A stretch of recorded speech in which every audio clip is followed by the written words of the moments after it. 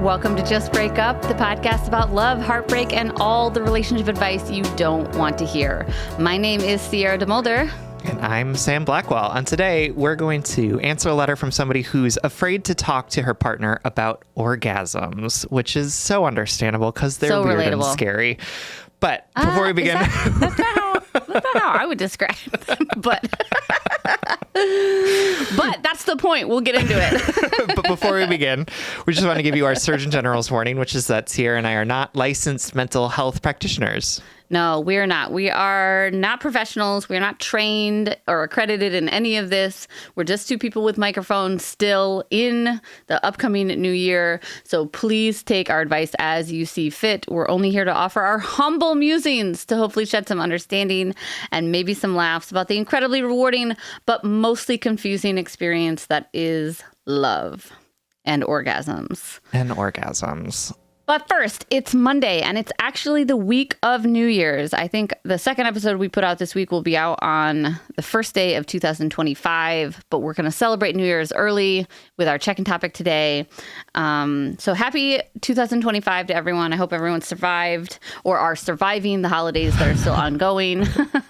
So true. And welcome to a new year. It's the same as before, but you can make it a big deal if you want to.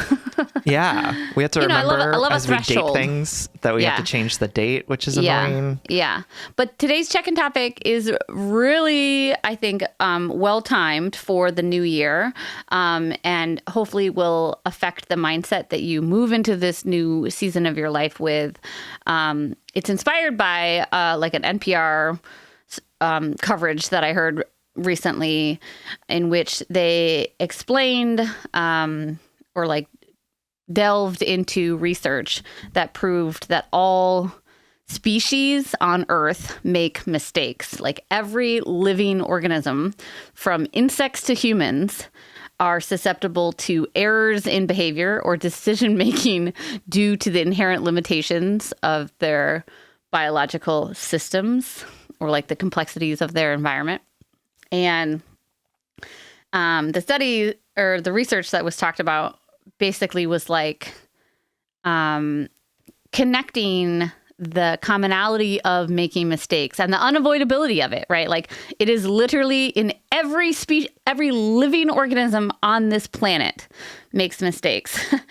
But they connected it to the idea that the ability to make mistakes and learn from them is a crucial aspect of adaptation and growth and mutation and just evolutionary existence, right? That like mistakes are necessary to our ability to exist on this planet and unavoidable. And I think that's the one big huge thing that I wanted to bring to the Just Break Up conversation is this idea, you know, I think the most human thing is to punish ourselves for making mistakes or not knowing better or whatever, or like getting ourselves into relationships, you know, quote, we should have known better. Well, we didn't.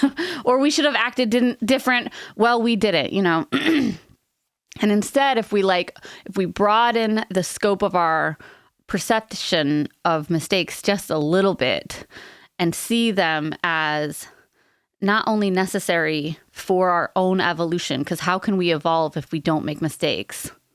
How do we change if we don't recognize what needs to be changed?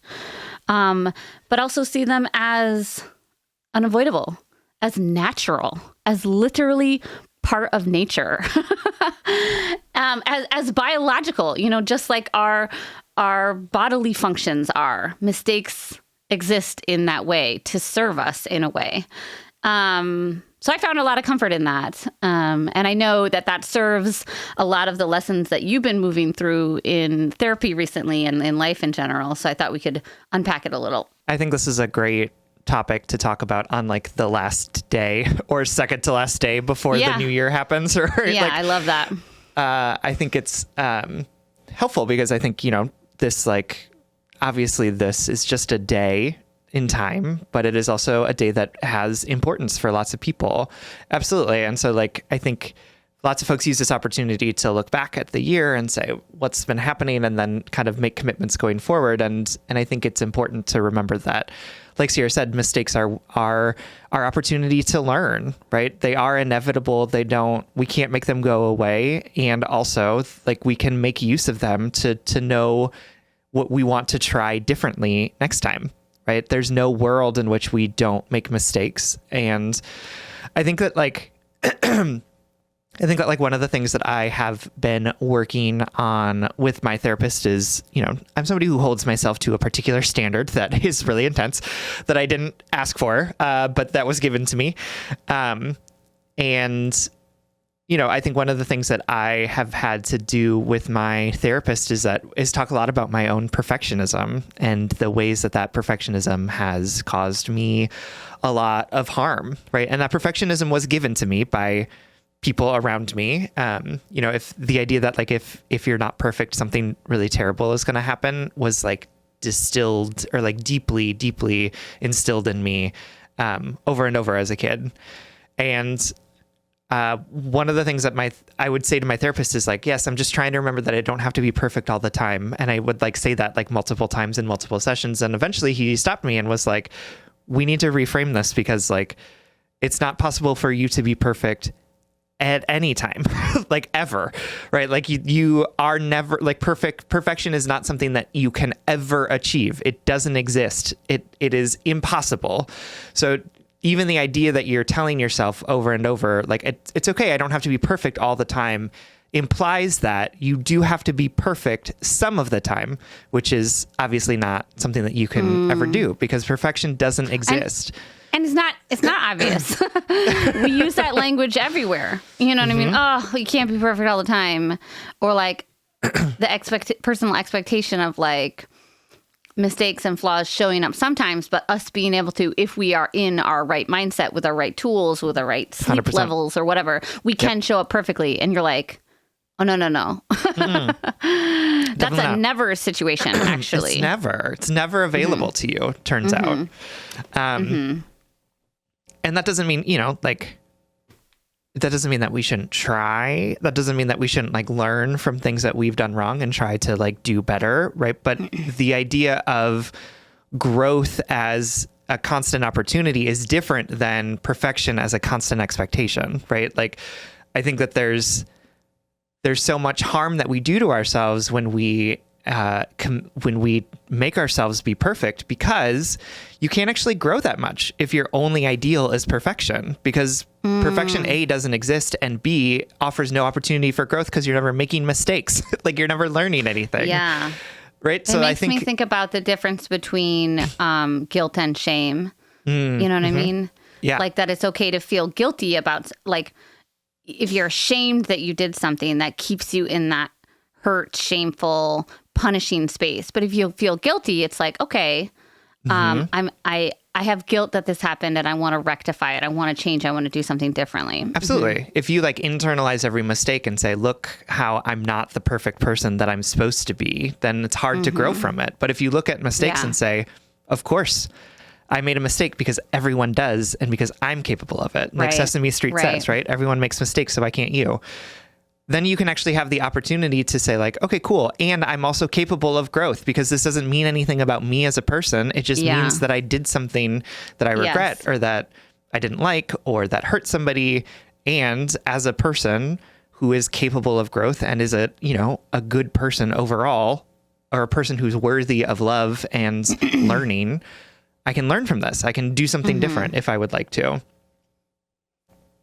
Because also, like, in the same way that every species on Earth makes mistakes, every species evolves. Most species learn, and learning is this common connection across the animal kingdom. You know what I mean? I find it so comforting to be I'm not special in my fucked up business. No, absolutely. And I'm also not special in this ability to like figure it out as we go. Like that is a part of nature. That's a part of my design, Definitely. Yeah. I mean, watch a cat for 24 hours. They make so many stupid mistakes. That is so funny. Quick cat story, and then we'll move on to today's letter. My toddler has these like snap-in beads that you can like make, I don't know, necklaces, jewelry out of. She's really obsessed with them. They're like great tactile toys. And she made some for our cats, and they actually wore them. And I swear to God, Sam, one of them actually, I think like felt better about himself in his necklace. Like he was like strutting around afterwards. He was like, I was like, wow, we have unlocked a level of your personality by adorning you with jewels. I get it. That was me as a child, right? Exactly. First time I put on a shiny piece of jewelry, I was like, wait a minute, what is this? Okay. Anyway, love that discussion. Love that energy moving us into 2025. We're exactly where we need to be, even when we feel like we've made mistakes or should have known better. We are placed perfectly in the universe to learn and grow and change and be gifted the opportunity to do things differently. So yeah, happy 2025 to you and our listeners. Absolutely. I hope your New Year's goes however you need it to go. Exactly. Let's dive into today's letter. Our letter writer is so close, but so far, whose pronouns are she, her, who's writing to us from the Orgasm Gap, which I love. I mean, I don't love it, but I love the phrase. The letter goes, Dear Sam and Sierra, first of all, I love you both. Thank you so much for being you. I, she, they, 29, have been in a monogamous relationship with my boyfriend, he, him, 32, for almost a year. This is the healthiest relationship I've ever had. He is sweet, kind, devoted, sincere, and just wonderful. This relationship is also the most serious and real one I've had yet, and it is bringing a lot to the surface, probably partly because I feel so safe and secure. Ain't that the shit? That like once you feel safe, all your coping mechanisms, your past little fears can come out to play because you have to deal with them because you're not distracted by like the toxicity or the temporary nature or whatever. You know what I mean? I totally relate to that sentiment if it's not abundantly clear. One of the things that has arisen is orgasms. It's really hard for me to finish with a partner. And in the past, when it's happened, it's been accidental, surprising, and few and far between.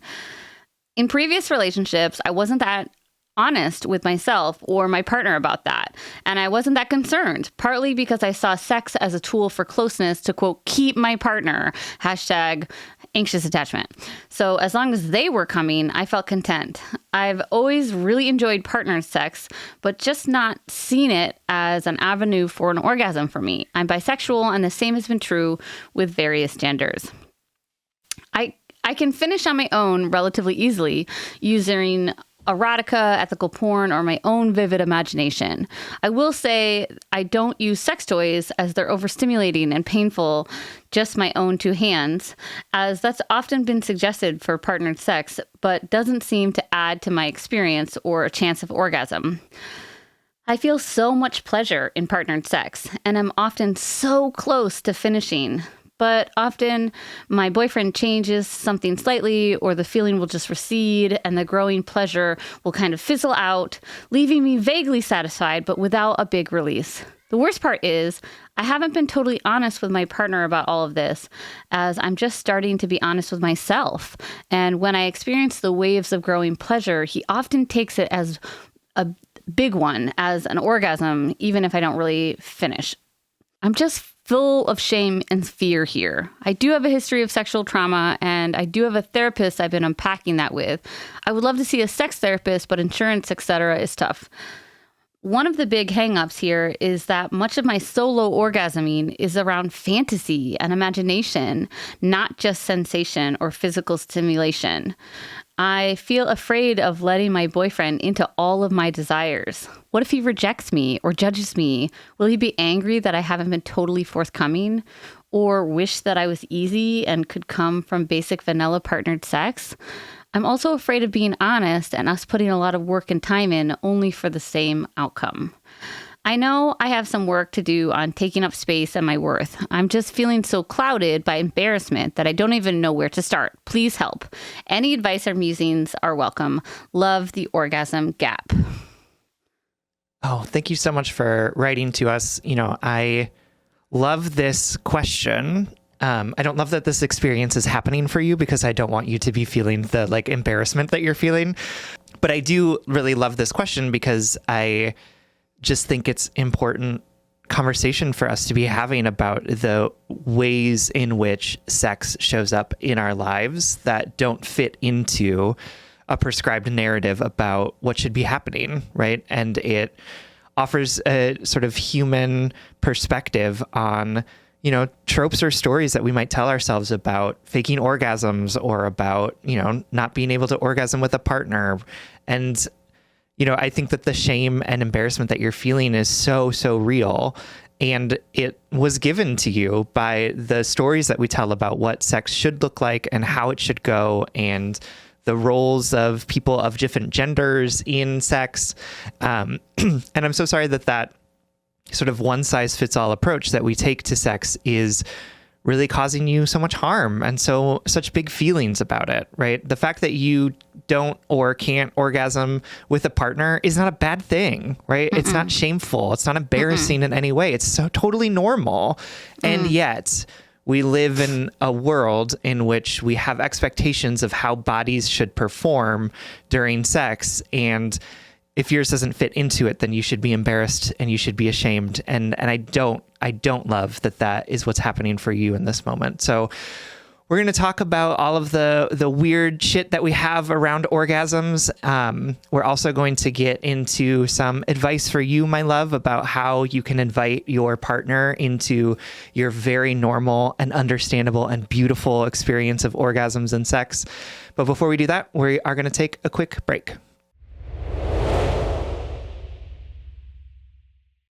All right, my darlings, welcome back, and a special welcome to our letter writer. I loved everything Sam said. I especially loved that they pointed out that this is normal, that this is a natural manifestation of desire and pleasure and bodies.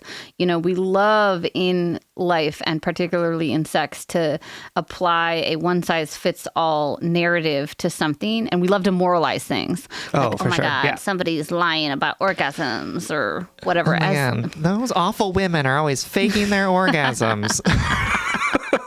Who are you hearing? What impression was that? I don't know. How I Met Your Mother? I'm picturing Neil Patrick Harris in that show. A gay man playing a straight man shaming women. Yeah. Right? The layers there. That was a we great could unpack impression, it for days. if that's the case. Anyway, I love that comfort of this is normal.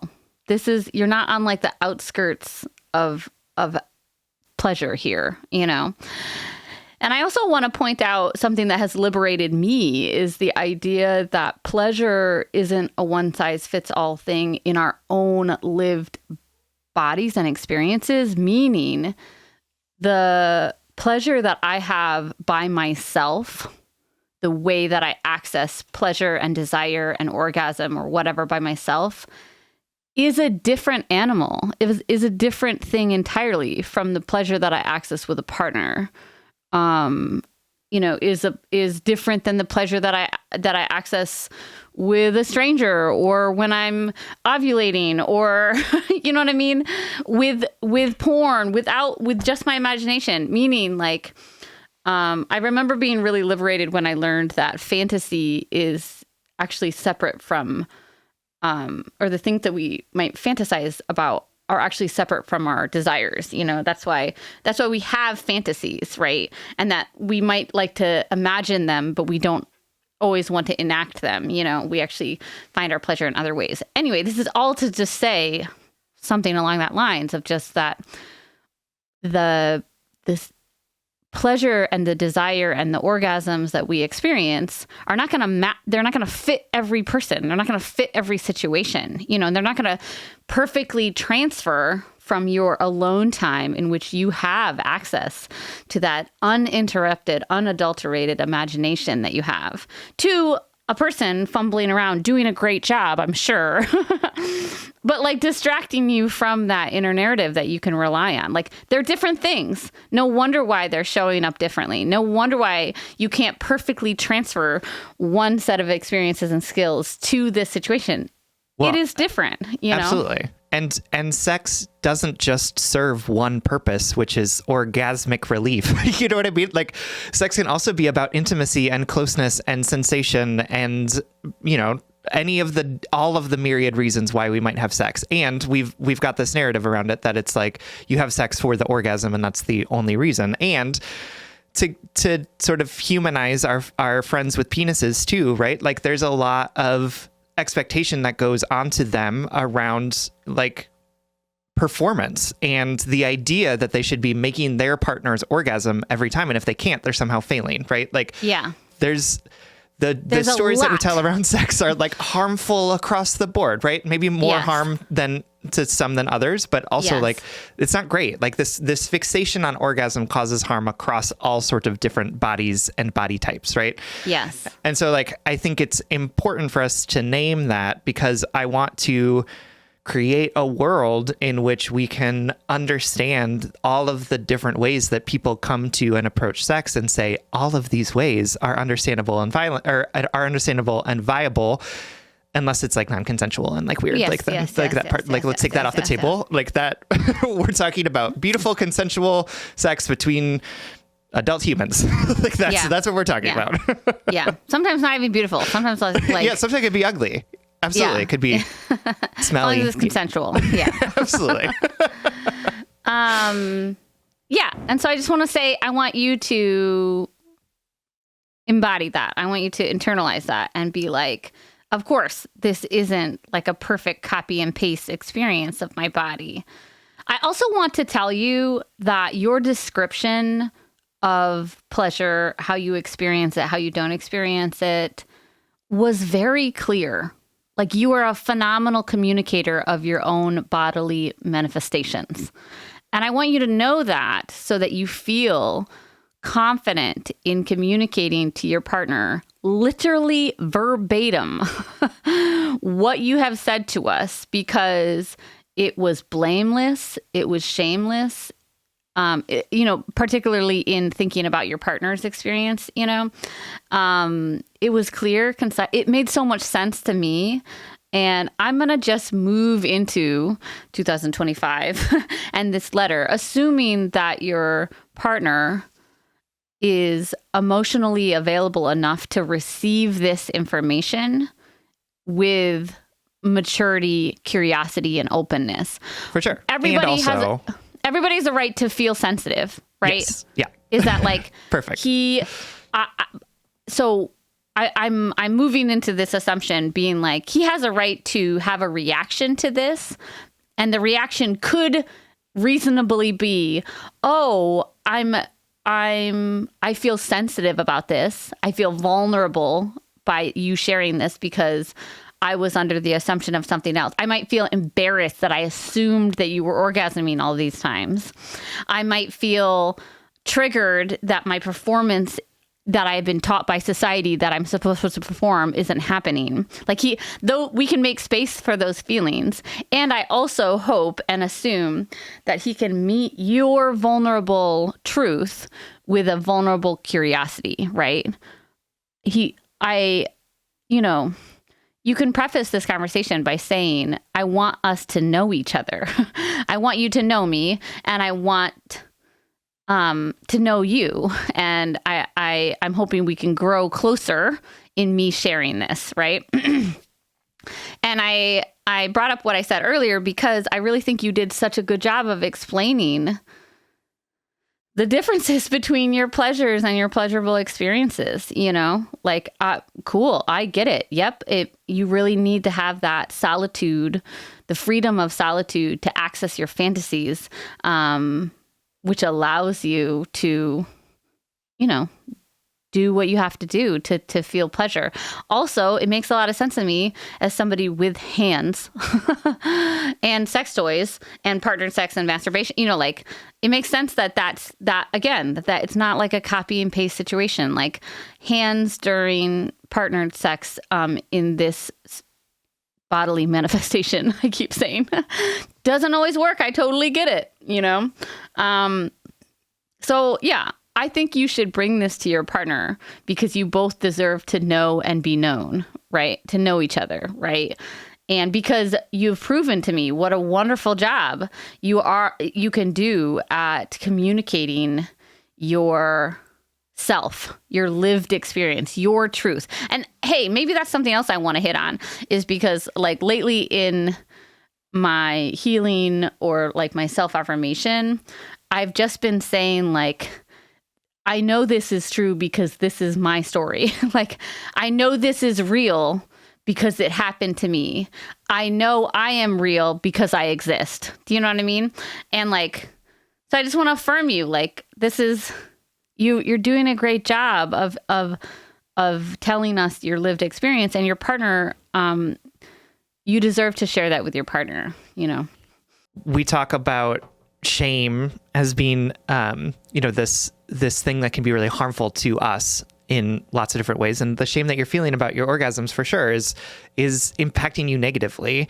And also the shame that we have often doesn't allow us to show up in our relationships with the curiosity and the accountability that we need to in order to be able to move forward, right? So I want you to think about, as you are sort of holding your truth and affirming that truth and that there's nothing wrong with it, to also think about it as a way to be able to move into a new iteration of your relationship in a way that's going to be healthy and constructive, right? If you are still feeling shame around the fact that your body is really normal and does an orgasm during partnered sex, which is really understandable, right? Then when you approach your partner and say, hey, I love our sex, I love our intimacy, and also like it doesn't give me orgasms, which is great, and also like which is fine, right? Like there's so many things that I love about it, and also here's what would be helpful for me to have orgasms, or what I want you to know about my own inner sex life and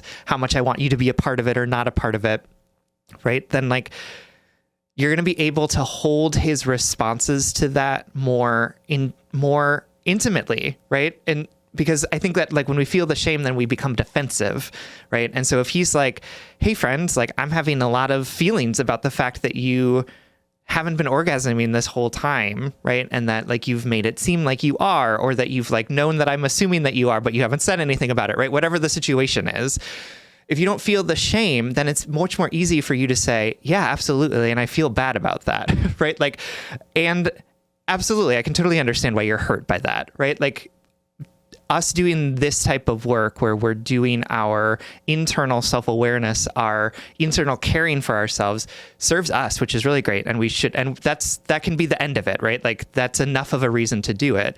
And also it makes us better partners to our people because it allows us to be able to hold their experiences without internalizing it as something that's like wrong with us or that we've done terribly, right?